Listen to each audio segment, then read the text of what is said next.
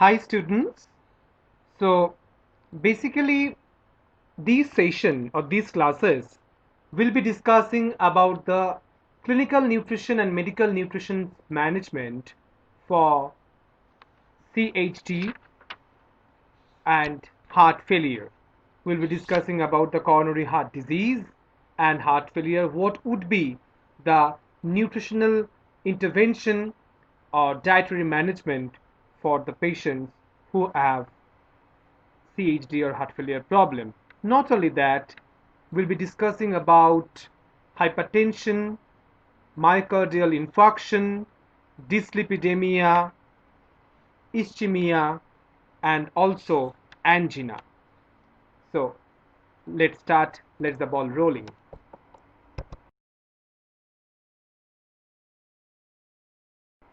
So eating for a heart healthy lifestyle, we have to understand the basic nutrition.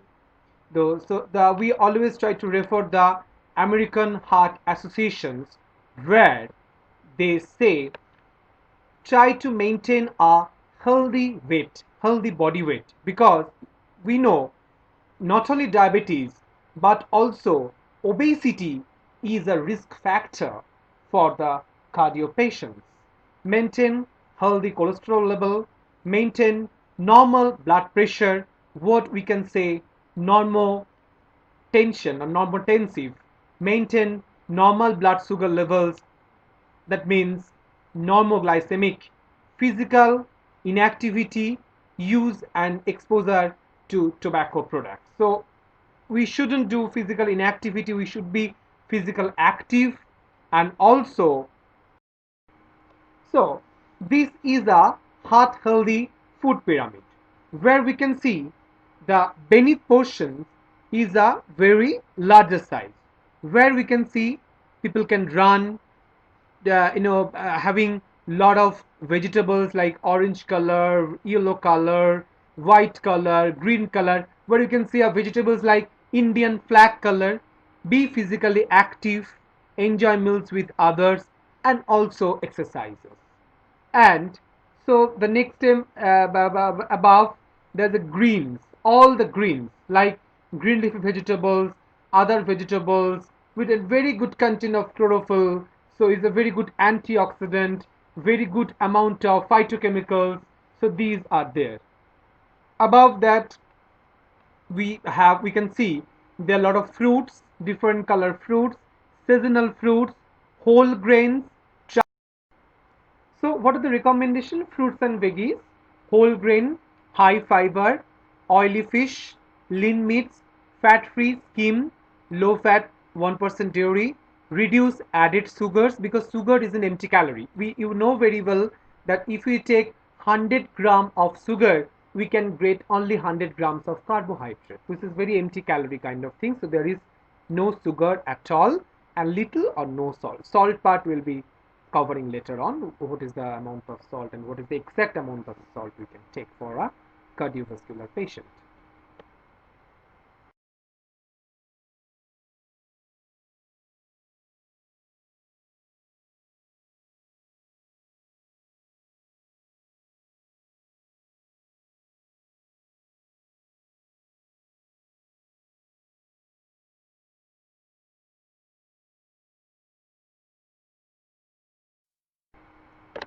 Now we are talking about the fat. So if we talk about the fat, so definitely we are talking about the visible fat basically. So if in case of the visible fat part, that is incorporated is diet should be rich in unsaturated fatty acid and should not provide more than 20% of the total energy. So basically, if we talk about the fat, so we are talking about the good fat. Okay. So dietary fat is a consistent support for the hypothesis of the both the quantity and quality of the fat directly associated with the elevation of most blood lipids, particularly LDL, low density lipoprotein cholesterol. It has learned Now we are coming the sodium restriction.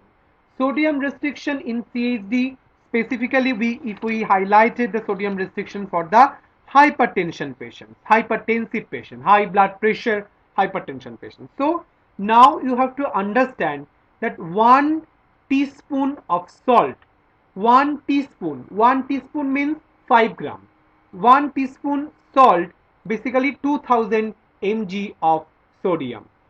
2000 mg or 2 gram of sodium. 2 gram of sodium. So if the 5 gram salt is there, then out of 5 gram 2 gram of sodium, because we know sodium chloride is the chemical name of salt, table salt. So 2 gram of sodium or 2000 mg of sodium is present. Now we will talk about the sodium restriction. How do you do that? Studies have shown that sodium restriction along strict sodium restriction 0.5 gram sodium 500 mg. Apart from the restriction stated above, meat, milk and eggs are allowed in small portion and vegetables with higher sodium content are avoided. In severe sodium restriction, that is 0.25 gram sodium 250 mg, this level is too restrictive and nutritionally inadequate and realistic to be used practically. In this, restricted quantities of meat and eggs are used in occasionally. I have talked about the heart failure patient. In the heart failure patient, basically the 1.5 gram 1.5 gram sodium is recommended for the heart failure patient basically. So what is low sodium diet? Basically the foods are bread, chapatis, wheat, rice, maize, jowar. So this is a food packaging levels, that is some things outside from your book also. This slide is very critical, that you how to understand the food packaging level, because this is a packaging level where the all the nutritional fact is written.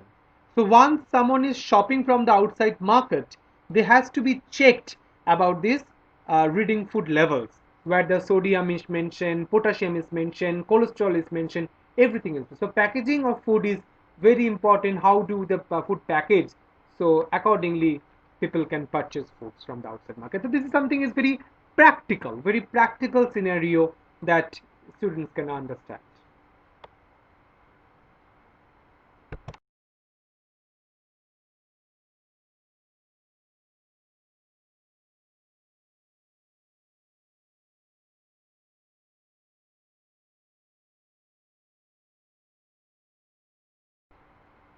Now here is a slide, the salty foods less often, and the three colors are there.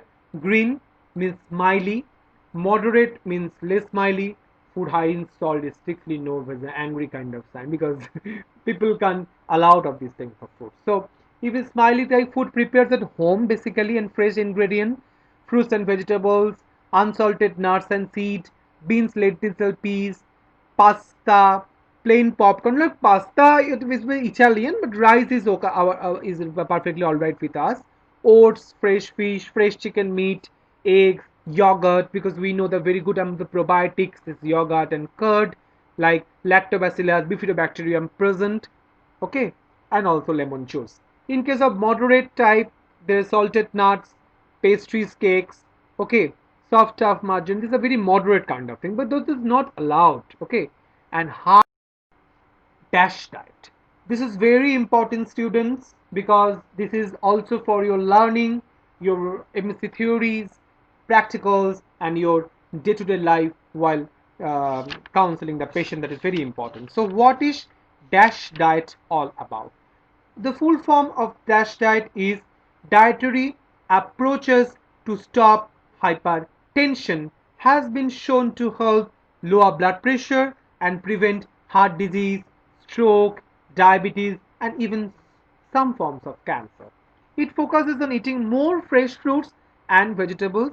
This is a guide to how much of each food group you should eat every day based on eating uh, some certain amount of calories per day. So, in case of weight reduction, your MSc book is written as MFN 005. Maintain normal body weight, BMI 18.5 to 24.9. So now we are talking about the hyperkalemia. Okay, sometimes there are certain medications, they have lot of drug nutrient interaction. If we talk about ARNI, okay, angiotensin receptor of neprilysin inhibitors, there are the adverse events is hyperkalemia. If we talk about mineralocorticoids antagonist receptor, MRAs, receptor antagonist, MRAs, like spirulactone, aldactone, this kind of thing. So in that cases, we should always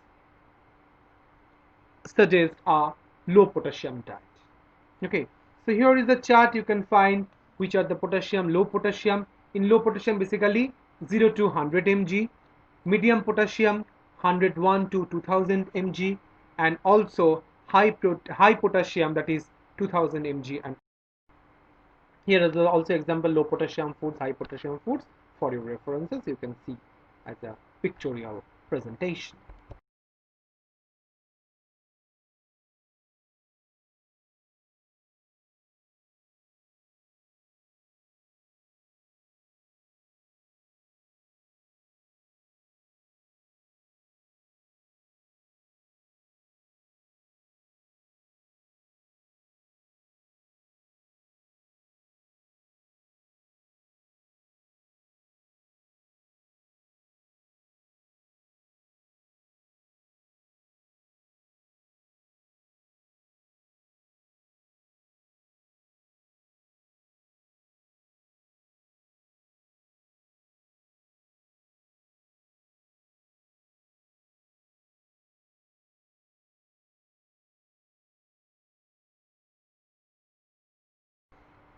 Now we are discussing about the fluid. So fluid restriction is necessary. Fluid restriction, students try to understand, is necessary only if edema is present. Only if edema is present. I already talked and spoke about edema in the previous lecture slide, that what is edema all about. So if edema is present, but in that case is also theory you should understand, but practically you always try to follow a cardiologist or a physician's prescription, what kind of drugs he or she has written. If diuretics is there during the summer, where uh, we loses our isotonic salt, their invisible perspiration, this happens. So in that cases, this is the basically a measurements of fluid what I try to showcase in this presentation. It's a very peanut kind of thing, so you can, as a nutshell, you can just see and also document.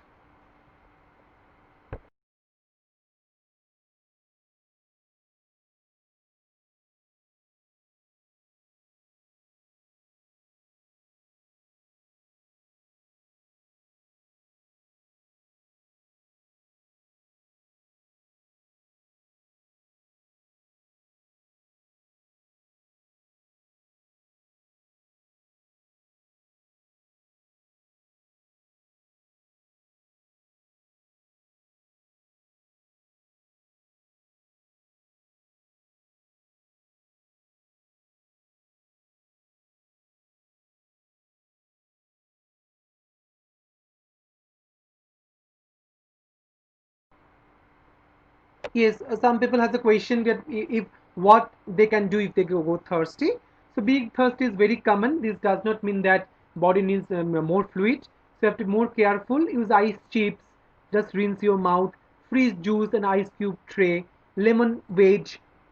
Chewing gum. Definitely sugar-free chewing gum. Strawberries. So this is the way they can can some kind of lubricate of their mouth for the psychological problem. So this is something they need to. So in cases that the practical present patient, if you see the in ward in cardio patients in during internship, this will be a very helpful.